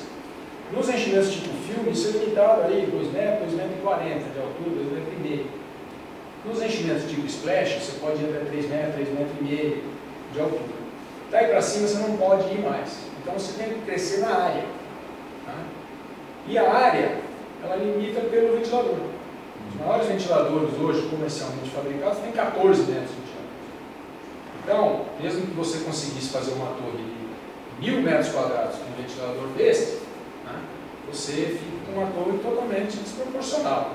Grande demais com um ventiladorzinho pequenininho lá em cima. Então, ela chega uma hora, ela está limitada, a contracorrente. A crossflow não. A crossflow você pode crescer com ela na altura, porque o ar está entrando horizontalmente. Né? Então você tem uma relação entre aquela largura do enchimento e a altura, e você pode crescer. Então você consegue ter torres com vazões unitárias muito maiores nas crossflow. E aqui no Brasil, como a gente está aí limitado, né, na nossa indústria, a gente está sempre nas counterflow. A contra-corrente, você falou que a crossflow tem uma limitação do enchimento, por quê? A contra-corrente que você tem a limitação do enchimento. Né? Por que ele tem essa limitação? Tem a limitação pelo seguinte, porque o ar está entrando numa determinada temperatura lá. Se isso for indefinidamente alto, chega uma hora que a eficiência não aumenta. À medida que você vai aumentando, aquela curvinha que você viu lá, né, que tem a equação do Merkel e tudo, o que acontece? Ali está relacionando um determinado tipo de enchimento com uma determinada altura. Então, você tem um enchimento lá de 1 metro de altura. Se você for para 1,5 metros, dá um bruto salto de eficiência. Se você for para 2 metros, o salto não é mais proporcional. Ele já vai subir só 50%. E aí você começa a aumentar e vai indo, uma hora uma curva fica em cima da outra. Por quê? Porque o ar entra na torre, chega uma hora ele se satura de uma tal forma que você não consegue mais trocar calor. Ele sai na mesma temperatura da entrada da água. Como? Ele sai quase a temperatura da entrada da água. E aí você não consegue mais resfriar. Né? Então ela tem essa limitação. Na crossflow não, você pode crescer a altura, porque o ar está entrando horizontalmente, basta você acertar a largura ali de forma que você não tenha essa saturação. Entendeu? Muito bem, o último item aí do que eu ia conversar com vocês era a respeito do mercado, né? Até o mercado de trabalho e tal, nessa nossa área. O Brasil não está crescendo, né? Não se vê muita expectativa de crescer. Como eu disse, o mercado brasileiro é 5% do mercado americano, e esse mercado brasileiro hoje, se for 200 milhões, 250 milhões de reais, no ano é muito. Né? Então você não tem grandes obras. O pré-sal foi alardeado, anunciado. Diziam que nós íamos ter 250 milhões de metros cúbicos de água para esfriar com as obras do pré-sal, com as refinarias, etc. Acho que não saiu nem um quarto desse troço até agora. Né? Então, açúcar e álcool. Esse boom que houve aí, montaram usina, tudo que é canto, agora parou também, chegou, né? Não se fala em investir em usina de açúcar. Então as perspectivas hoje, elas são ruins, né? Em termos de mercado para vender para o indústria mundial. O mercado para trabalhar, tem muitas empresas aí, né? Pequenas, maiores e tal, que é um mercado como outro qualquer para você trabalhar, né? Salários, etc. e tal. Uma vantagem que eu acho é aquilo que eu falei para vocês. Quem trabalha com torre de ferramenta tem que entender desde concreto até energia, passando por mecânica e tudo mais. Né? Então eu acho legal por conta disso. E você tem a possibilidade de trabalhar na própria fábrica, na área comercial, etc., né? Na área de engenharia de aplicação, que é bastante interessante. Né? Eu, como dono de empresa, né, a gente tem hoje na fábrica uns 150 funcionários, lá na empresa de serviço hoje deve estar com 100, né, mais ou menos, por aí, já chegamos a ter quase 200 lá, não tem uns 100 hoje. Então o que a gente vê muito, principalmente nessa área, né, já de nível superior, é uma total falta de conhecimento geral das pessoas. Tem gente que não sabe escrever uma carta, não sabe fazer uma proposta, não consegue escrever. Então isso é um negócio importante. Hoje há uma dificuldade muito grande para você conseguir profissionais comprometidos com a empresa. Eu sou do tempo que você, para falar com alguém dentro da empresa, você era obrigado a ir falar com o cara. Né? Mal você usava o telefone. Então você tinha muito de ficar olhar no olho das pessoas. Né? Hoje eu estou sentado aqui, o camarada está na sala do lado, eu passo um e-mail nele. E ele devolve. Você não vai lá conversar com o cara. Então antigamente as pessoas vestiam a camisa da empresa e criavam um laço meio que afetivo de amizade entre as pessoas. E era um negócio diferente. Né? Tinha um comprometimento. Hoje, o cara que nem soltar um passarinho da gaiola, né? Não olha nem para trás, ele bate os asas e vai embora. E é assim hoje com os funcionários. O cara simplesmente fala, ó, estou indo embora, tchau e benção. Não existe comprometimento, não existe afetividade entre as pessoas. Né? Isso é uma dificuldade muito grande. Para a gente que tem a responsabilidade de cuidar de praticamente 300 pessoas, é um drama. Né? Então, um conselho que eu dou, né? Para quem for trabalhar de empregado, crie um vínculo, se comprometa, né? Eu acho que isso é legal. E se um dia vocês, né, forem ser empresários, torçam para que vocês tenham pessoas comprometidas com vocês, que é um problema nisso. E, como eu disse, a gente tem hoje uma rotatividade relativamente grande, até que nos últimos tempos teve uma diminuídazinha, mas é difícil você arrumar profissional competente, qualificado, né? Então é importante que vocês realmente estão numa ótima escola, né? Já é uma grande coisa, né? Mas o importante é você realmente se comprometer, ser eficiente, não só ali no cálculo estrutural, seja o que for, de uma maneira geral, né? Para ter sucesso nas empresas. Então, pessoal, é isso aí. Eu estou à disposição se tiver alguma pergunta.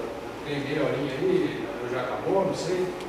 Era para falar 40 minutos, não consegui. Mas aí, como já teve perguntas, né? Imagino que talvez tenham mais perguntas ainda. A minha sugestão, quem sabe, é a gente aproveitar que nós temos um pequeno lanchinho ali, de quem que tiver mais perguntas e questões.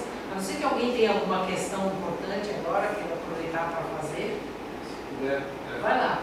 Uma coisa rápida, acho que voltando um pouco para a parte técnica lá, qual que é o principal fator de usar, por exemplo, uma estrutura de concreto ou fibra de vidro, além do preço, claro, mas o que uma é melhor que a outra, que parte é pior? Olha, a tendência hoje, não só no Brasil, mas até mundial, é usar essas estruturas de fibra de vidro culturada. Aqui no Brasil, a história das torres começou, como nos Estados Unidos principalmente, né? E também na Europa, mas na Europa eles começaram a usar fibra de vidro antes do resto do mundo. Aqui no Brasil também as torres eram de madeira originalmente, a grande maioria, e a opção era o concreto, né? Então o que acontece? Lá nos Estados Unidos, eles fabricam até hoje torres de madeira com dois tipos de madeira, o Douglas Fir e o Redwood, que são madeiras plantadas como a gente planta aqui, pinos, eucalipto, etc. Essas duas madeiras, elas são muito parecidas com a araucária nossa aqui, que é o pino do Paraná, que é uma madeira que vai pesar aí na faixa de uns 700 a 800 quilos por metro cúbico. Na época que se começou a fabricar torre no Brasil, até tinha o pinho. Só que essas madeiras têm que ser tratadas em autoclave. Elas podem ser tratadas porque elas são moles o suficiente para que o preservativo penetre em toda a seção da peça. Então você tinha madeira e não tinha como tratar. Tem peça de 5 metros de comprimento e tal. Então o que aconteceu aqui no Brasil? Você começou a usar madeira de lei. A grande maioria das torres que existem ainda hoje no Brasil, e todas elas foram fabricadas em peroba, de ipê, maçaranduba, cumaru, que são madeiras que pesam 1.000, 1.100 quilos por metro cúbico, extremamente duras, que não podem ser tratadas. Então, o que acontece? O mercado aqui de torre de madeira, ele foi totalmente diferente do mercado de lá. Então, existia a preocupação com o apodrecimento da madeira, que é um negócio que acontece normalmente. Então, as grandes torres, o plano siderúrgico, né, na época da Garcibas, nós fornecemos a maior parte das torres para os polos aqui de Capoava, o polo Copesul, lá em Triunfo, no Rio Grande do Sul, a Copene, lá em Camaçari, na Bahia. No plano siderúrgico, as grandes torres, ou eram da Garcibas ou eram da Gema, que é você pegar Cosipa, CSN, Açominas, Siderúrgica Tubarão, enfim, Usiminas, né? Essas indústrias todas faziam torres de concreto. Por quê? Por madeira aqui, esse negócio aqui é feito para durar 50, 100 anos, e aí vai dar zebra. Então faziam as estruturas de concreto. Naquela época era essa a opção, ou era concreto ou era madeira. Então as grandes empresas sempre faziam em concreto. Hoje nós ainda temos aqui no polo de Capoava uma torre com 11 células, dava ao cross-flow, deve ser também com quase uns 30 mil metros de água por hora, em madeira. Já fizemos várias reformas lá, e agora o que nós estamos fazendo? Tira a madeira e põe fibra de vidro culturada no lugar. Já se está fazendo essa alternativa. Essa torre aqui, ó, ela é inteirinha de madeira. Nós já mudamos para o outro lado. Tá?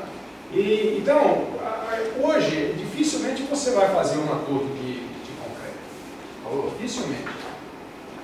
Porra, você está com esse troço aí? Fala. Se eu só para apresentar o Carlos Poli, o engenheiro, meu compadre e meu concorrente.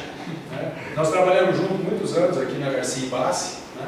Ó, essa torre aqui, ó, ela aqui ainda foi quando instalou, 2, 4, 6, 8. Ela foi ampliada, ela está com 11 células hoje. Ela é inteirinha de madeira. E olha só a propaganda, ó. 2.500 metros cúbicos de IP serrado. Você, para fazer 2.500 metros cúbicos de IP, você precisa 3 vezes isso. Pegar uma tora, tirar o cerne dela, tirar a costaneira toda, serrar. Cada vez que você passa a serra numa peça, você perde 5 milímetros e vira pó de serra. Então você imagina um negócio desse. Essa torre existe até hoje. Nós já fizemos várias reformas nessa torre aqui. Né? Então ainda tem. É raro, né? Uma torre dessa. Se você pegar, por exemplo, lá no polo de Camaçari, a torre da empresa mãe, como eles chamam lá, tem 13 células de concreto e tinha algumas de madeira do lado, né? Nas unidades satélites lá. Né? Hoje não tem mais nenhuma. Tiraram tudo e já botaram torre de fibra, né? E outro material. Não existe mais, está acabando isso aqui. Aí, hoje, quais são as opções? Ou você fazer totalmente em fibra, e aí você tem as opções das estruturas internas, né? Que seria fazer de aço, que pode ser aço pintado ou galvanizado, ou fazer com a estrutura de pultrudado, que é o que está pintando mais hoje em dia, né? As estruturas, paredes de fechamento, tudo em chapas, né? Como vocês viram lá, de fibra de vidro, e a parte interna para sustentar o equipamento mecânico lá em cima, o enchimento e tudo mais, e pultrudado. E as bacias sempre em concreto. Agora, obviamente que cada um desses materiais tem as suas diferenças de preço, né? O pultrudado é mais caro que o aço, né? O aço pintado ele acaba sendo mais barato do que o aço galvanizado, e assim vai. Então, a escolha do material construtivo, hoje, basicamente, a opção não é fibra de vidro, é concreto. Com a grande maioria tendendo para fibra de vidro. Em termos de rendimento, não tem muita diferença. Não, aí o rendimento, o material construtivo é só o material construtivo. Não tem o enchimento, a parte interna, tem que funcionar. Uma coisa que é importante, só assim para vocês terem conhecimento, né? Essas torres, como a gente chama de deck plano, né? Que essa parte aqui é plana, não nessa crossflow, que essa sempre é plana, né? Mas quando ela tem aquele deck plano ali, ela pode ser também de aço, de concreto ou de fibra de vidro. Mas aqui no Brasil, né, a tendência é ter essa torre cônica, que é uma característica do mercado brasileiro. Você não vê nos Estados Unidos ou na Europa torres desse porte que nós temos aqui, com 120, 150, 200 metros quadrados, com esse formato. Eles fazem torre pequenininha, até 60, 70, talvez, 100, talvez. Né? Dali para frente eles fazem sempre com deck plano. Aqui no Brasil, foi indo o desenvolvimento aumentando o tamanho dessas torres, hoje a gente chega aí a 210 metros quadrados nesse tipo de torre. Por que isso? Porque é uma torre mais barata. Né? Porque essas torres, esse tipo de torre aqui, você tem um ventilador, você tem um redutor lá dentro, você tem um eixo de transmissão. Deixa eu ver se dá para a gente ver aqui. Vamos achar aqui rapidinho. Você tem que ter um eixo de transmissão. Vamos ver se eu consigo mostrar aqui. Tá vendo? Você tem um ventilador lá, aí você tem um motor aqui do lado de fora. Esse aqui é um deck plano, tá vendo? Então você tem um redutor de velocidade, um motor que trabalha de fora, você tem que ter um chassi e tudo mais. Quando a torre tem aquele deck cônico, o que acontece? Desse ponto onde está o sistema de distribuição de água para cima, você já faz aquele cônico. Ao passo que nessa você tem que vir até aqui em cima, você tem que fazer todo esse fechamento e mais toda a parte plana. Então você gasta muito mais material, né, do que você fazer toda a parte lateral e mais o assoalho em cima, do que fazer essa parte cônica.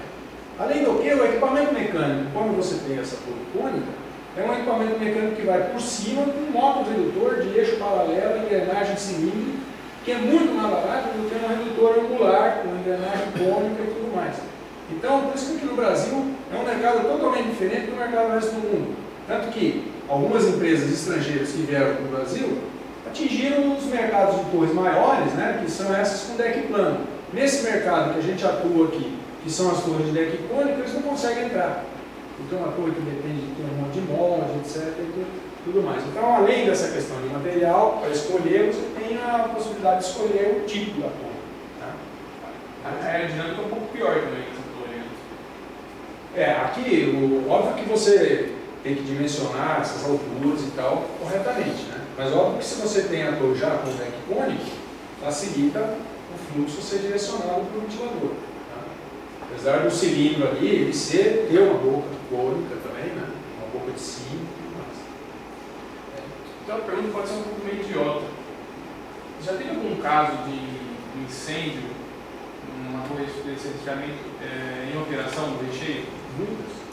O pessoal fala, eu tenho torre e pegou fogo na água, você acredita isso?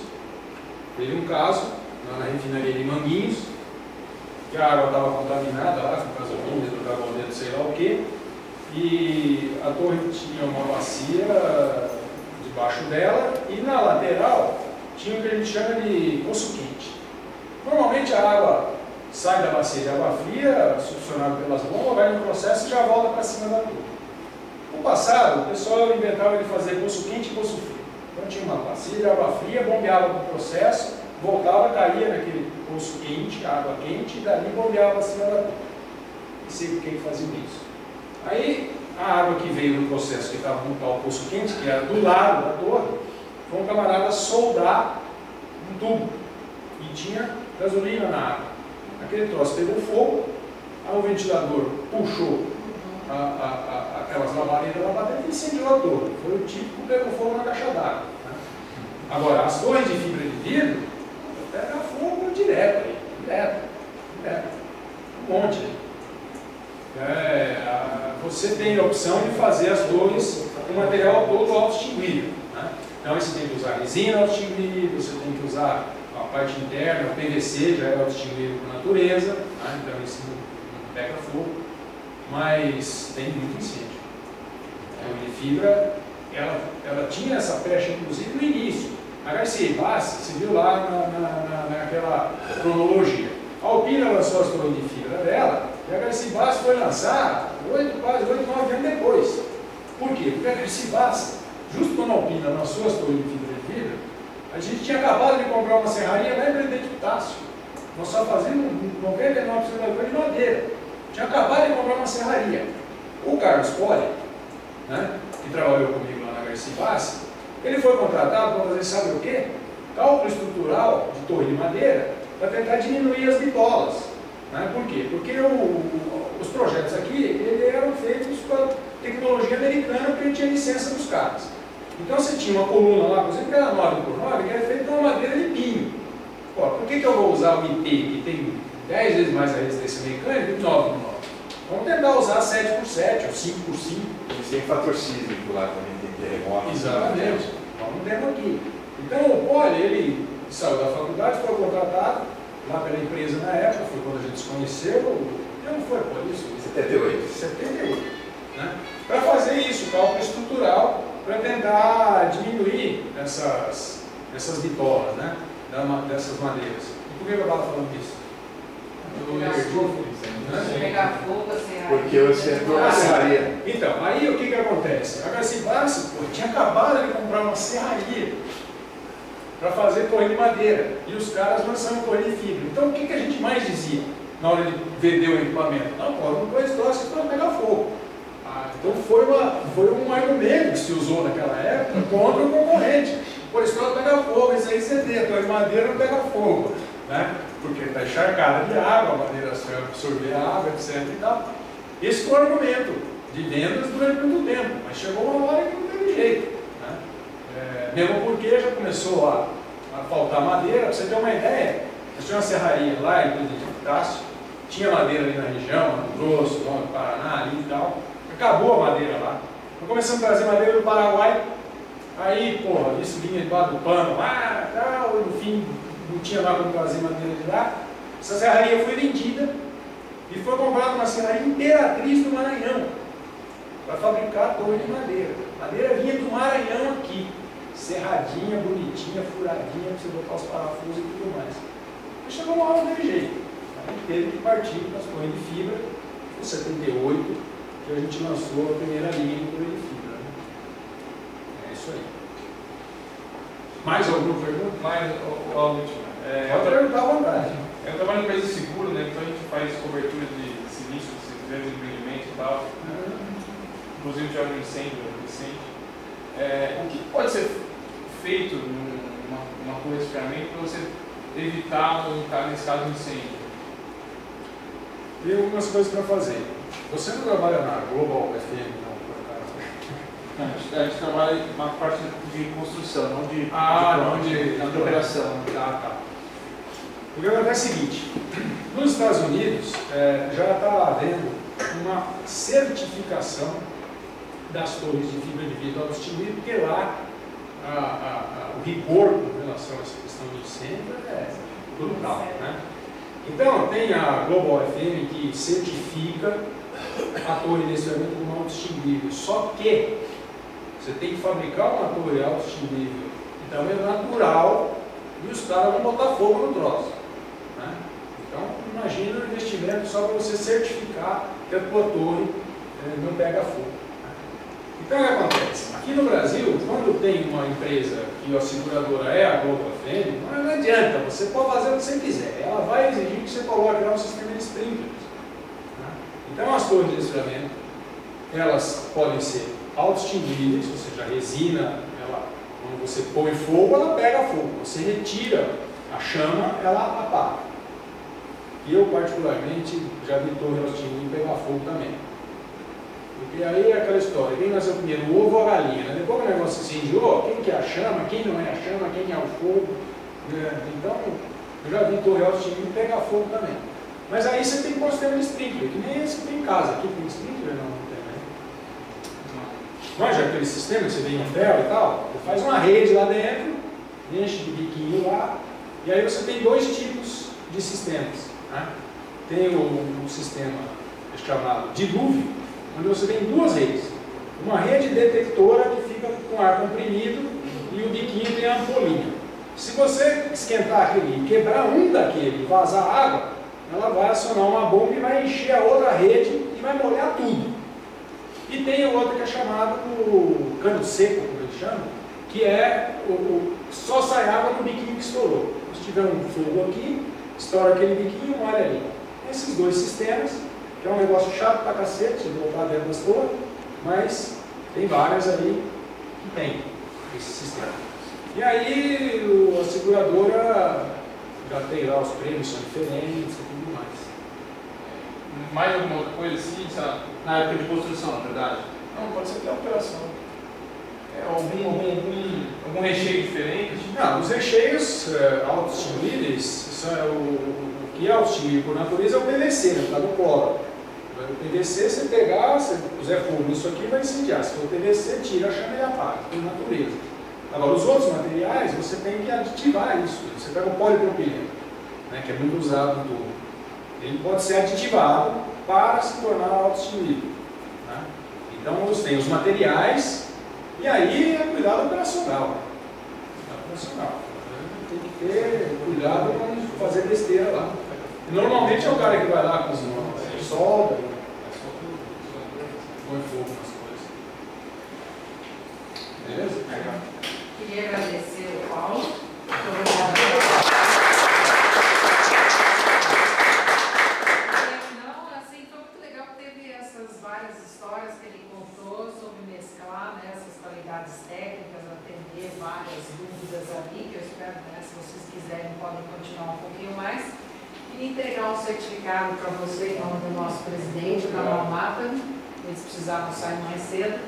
Parabéns. Muito obrigado. Muito obrigada. Obrigado pela oportunidade. Obrigada pela oportunidade. Me diz o Faustão, eu gostaria de agradecer como é que ele fala? A paciência e tem um negócio qualquer assim, né? Paciência e a audiência e a paciência. Eu gostaria de agradecer a audiência e a paciência com vocês.